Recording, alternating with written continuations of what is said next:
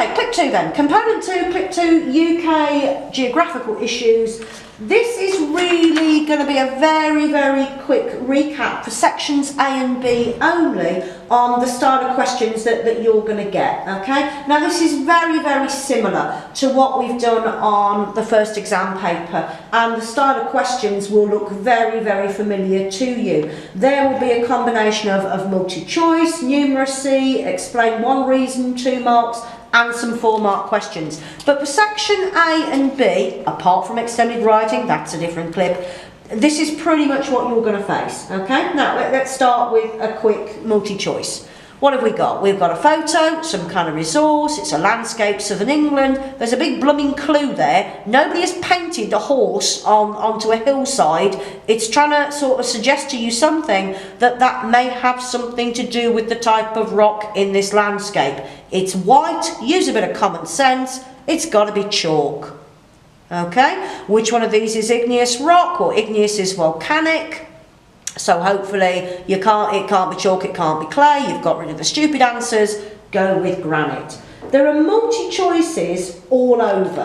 On page 12, human example, this one is asking you to interpret a pie chart. I think it's an overcomplicated chart, to be honest, with percentages and numbers all over them. What you're actually asked to do is something quite simple that just involves a little bit of addition. Identify which of the following is the total number of economically inactive men and women aged 65 and over. So you find the inactive bits and you're going to add them together and it will come to that one there, just over 10 million. Okay?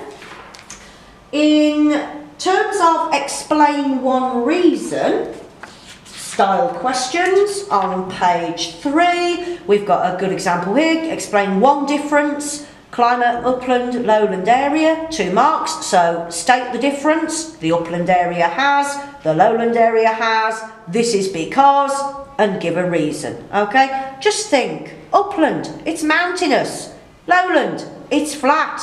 That's going to be colder, that's going to be warmer, that's going to have more rainfall, that's going to be drier. You know, keep it nice and simple. Explaining it could be to do with altitude or land height. Okay, the higher you go up, the colder it gets. A very, very quick human example, page 13. Here we are. Explain one impact of globalisation on secondary employment. You should know what's happened to secondary employment. It's declined. Why has that happened? Think about jobs moving abroad, factories moving abroad, which is part of what globalisation is. You will find some state questions. Yeah, we've covered this command word before. If it says state, it just means say what it is. You know, you don't need to elaborate. You don't need to go into any great detail. State 2 reasons why employment in women has grown. Better education, more service jobs available, equal rights. Okay, there's a variety of things you could have there, but the idea is it's short, it's sharp, it's to the point. On page 7, we will see some examples of 4-mark responses. They tend to number these on this paper. I've no idea why. It could be a different examiner that's writing it for you, but think about all the things that we covered before. If it's 4 marks, explain 2 ways, you're going to get a mark for your idea, your actual bit of geography that's correct. You've then got to develop and explain that idea and link back to the question. So here we've got a very good example of, you know, explain 2 ways human activities can affect hydrographs.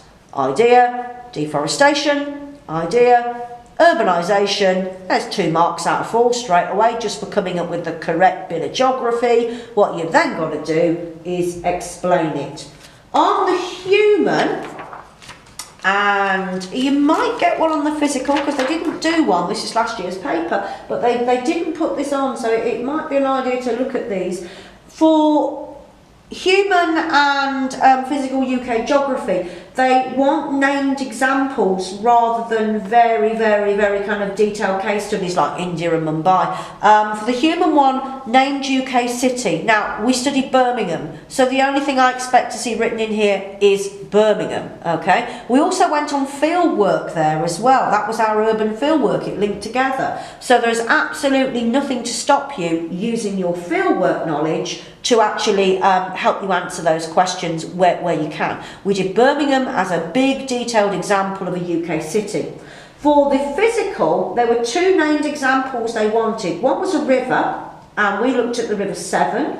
Again, our field work linked into this because we measured a tributary of the River Severn, the Lightspout Stream, and named UK coastline, we actually looked at Dorset. That's where Durdle Door and Lorworth Cove and Chesil Beach and all kinds of things were. They only asked questions about Birmingham this year. They didn't ask anything about the River Severn. They didn't ask anything about a named UK coastline. So that might be something to watch. Okay, if they did appear, there'd be 4 marks. Same kind of idea. You need a 2 times 2 sort of answer structure. Okay, that's just question clip 2. If you do want to go back and look at the first set of clips that I did, that will go into a bit more detail about these styles of questions. There we go, number 2.